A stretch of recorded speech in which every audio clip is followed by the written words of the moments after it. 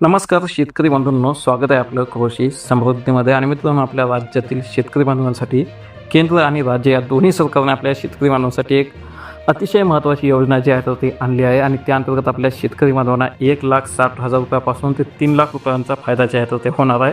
त्यासाठी फक्त आपल्या शेतकरी बांधवांकडे थोडंसं पशुधन असणं जे आहे तर ते आवश्यक आहे.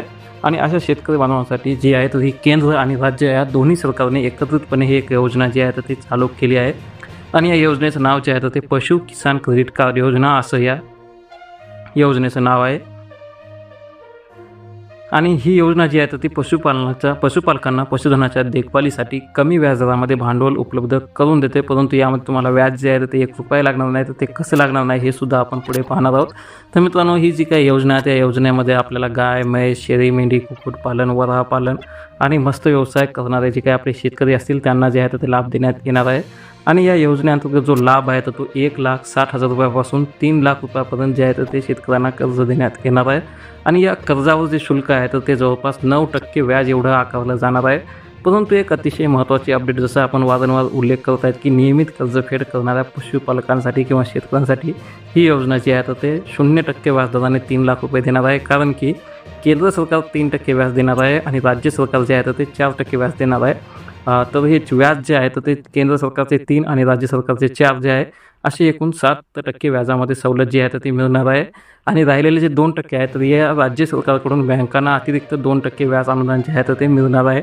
आणि त्यामध्ये परिणामी केंद्र आणि राज्य सरकारकडे मिळून एकूण 9% व्याज सवलत देत असलेल्या नियमित कर्जदार शेतकरी बांधवांना हे जे कर्ज आहे तर ते 0% व्याजदरावर मिळणार आहे. आणि या योजनेमुळे राज्यातील पशुपालक शेतकऱ्यांचं उत्पन्न वाढेल, पशुधनाची चांगली देखभाल होईल आणि ग्रामीण अर्थव्यवस्था मजबूत होण्यास मदत मिळेल, अशा प्रकारची योजना आहे. आणि या योजनेचा मुख्य उद्देश जो आहे तो आपल्या पशुपालन व्यवसायाला कृषी समकक्ष दर्जा देऊन शेतकऱ्यांप्रमाणेच पशुपालकांनासुद्धा कमी व्याजदरामध्ये कर्ज मिळावे, हा या योजनेचा मुख्य उद्देश आहे. आणि त्या दुसरा उद्देश म्हणजे की महाराष्ट्राची अर्थव्यवस्था 2028पर्यंत $1 ट्रिलियन पर्यंत न्यावी, हा या योजनेमागील मुख्य उद्देश आहे. आणि हे जे काही योजनेचे फायदे आहेत तर पाहू शकता की या योजनेमध्ये केंद्र सरकार 3%, राज्य सरकार 4% आणि राज्य सरकारची अतिरिक्त 2% अशी एकूण 9% व्याज सवलत जी आहे तर ती केंद्र आणि राज्य सरकारकडून शेतकऱ्यांना देत असल्यामुळे आपल्या शेतकरी बांधवांना पशु क्रेडिट कार्डवर जे आहे तर ते 0% व्याजदराने जे आहे तर ते कर्ज मिळणार आहे. आणि याच्यासाठी ज्या काही अटी शर्ती निकष आहेत तर तुम्ही इथे पाहू शकता की कर्ज उचल केल्याच्या तारखेपासून 1 वर्षाच्या आत संपूर्ण कर्जाची परतफेड करणे बंधनकारक आहे.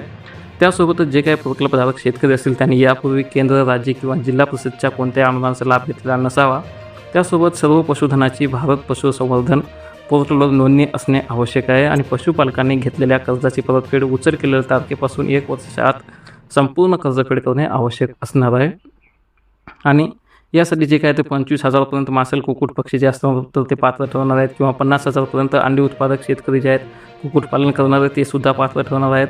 आणि 45,000 पेक्षा कमी किंवा त्यापेक्षा जास्त किंवा कमी असलेले सदरी क्षमतेचे हॅचरी युनिट चालवणारे शेतकरी यासाठी पात्र ठरणार आहेत. 100 जनावरं किंवा 100पेक्षा कमी दुधाळ जनावरांचा गोठा असणारे किंवा 500 शेळ्या मेंढ्या असणारे शेतकरी किंवा 200पेक्षा जास्त किंवा कमी जास्त असले तरी चालतील वराह पालन करणारे शेतकरी जे आहेत तर यासाठी पात्र ठरणार आहेत. आणि यासाठी पात्रता पाहिलं तर पशुपालन करणारा कोणताही शेतकरी किंवा व्यक्ती यामध्ये पात्र ठरणार आहेत. परंतु यामध्ये फक्त शेळी, मेंढी, डुक्कर, कुक्कुट आणि मत्स्यपालन करणारे शेतकरीच पात्र ठरणार आहेत.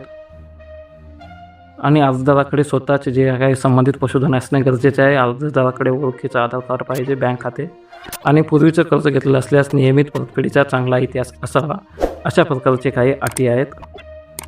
तर आपल्या जास्तीत जास्त शेतकरी बांधवांना ही माहिती नक्की शेअर करा. चॅनल जर नवीन असाल नक्की सबस्क्राईब करा. धन्यवाद.